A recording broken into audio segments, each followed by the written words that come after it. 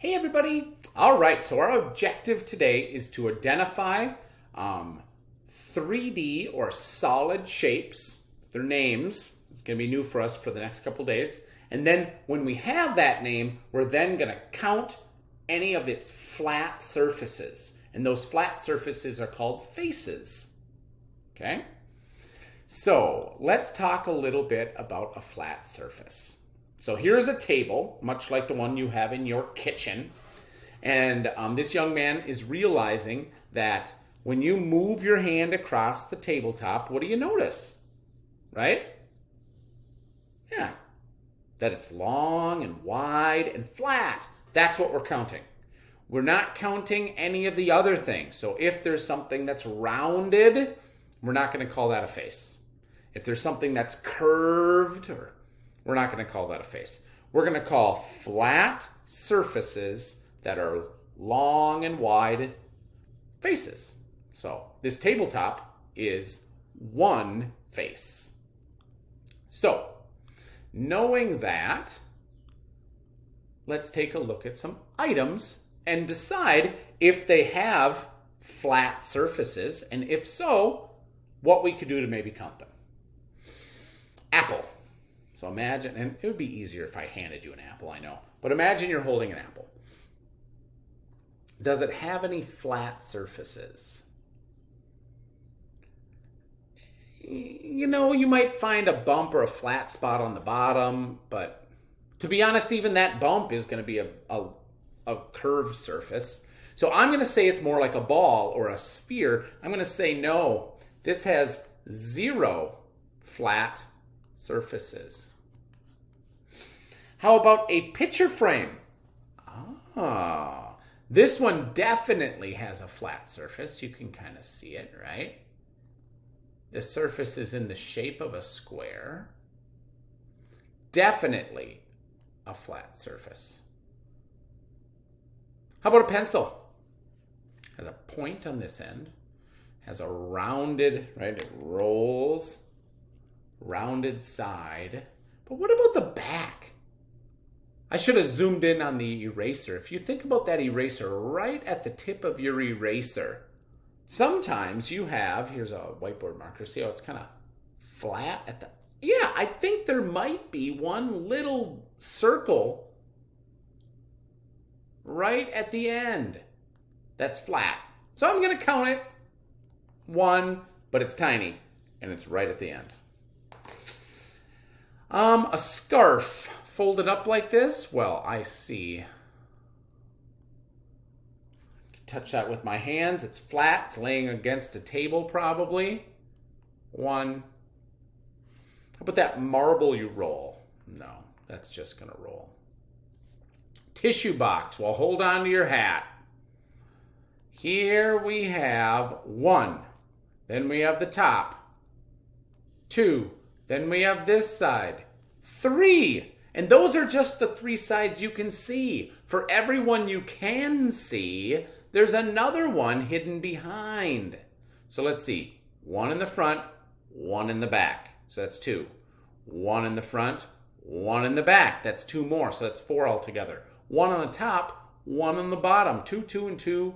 This, believe it or not, has 6 shapes. Now, I know you're not going to believe me, so I want you to grab yourself a tissue box and touch all 6 of its faces. How about a glass?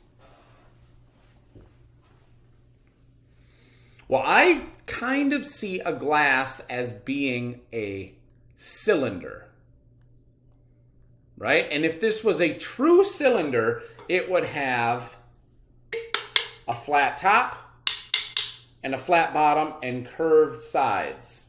So if it was a true cylinder, I would say it has 1, 2, 1 on the top, 1 on the bottom.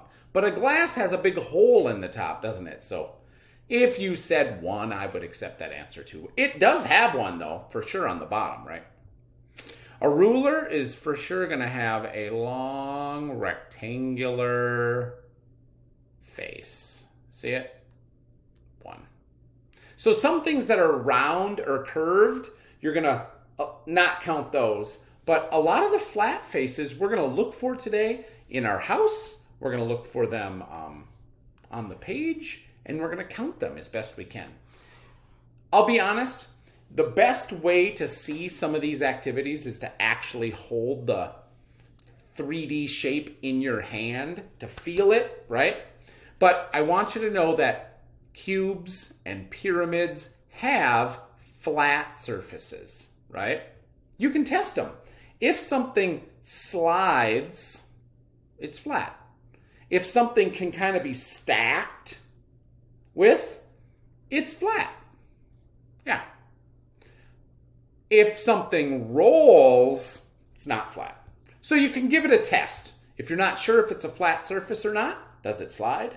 Does it stack? Then it's probably flat. Good to know. Here are some of the shapes that you're going to be handling today.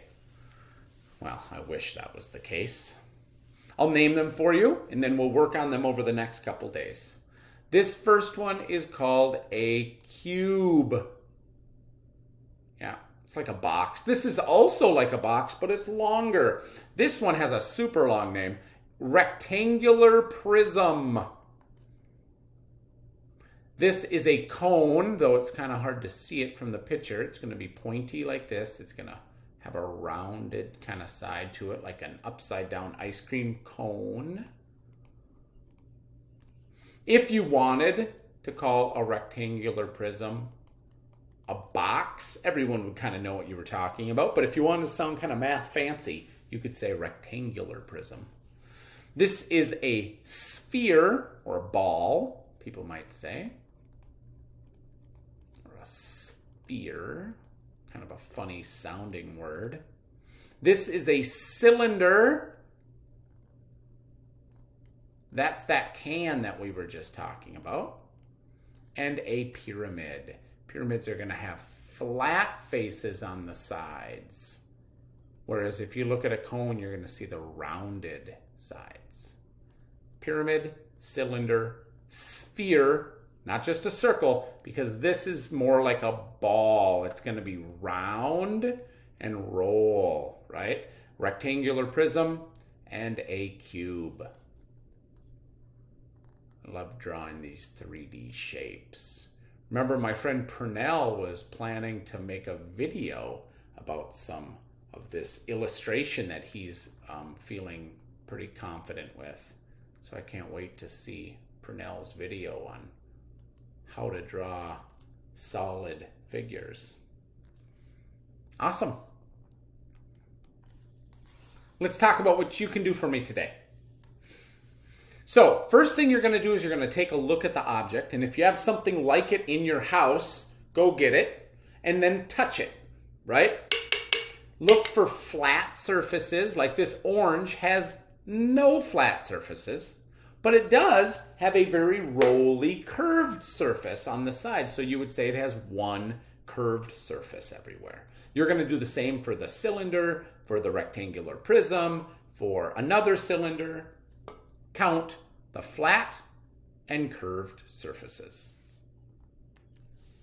Here, I want you on the hunt. Go around your house and either snap me a picture or draw me a picture of things that have flat surfaces. Interesting. So you're on the hunt for flat surfaces today. Down here, you can look for things that stack up.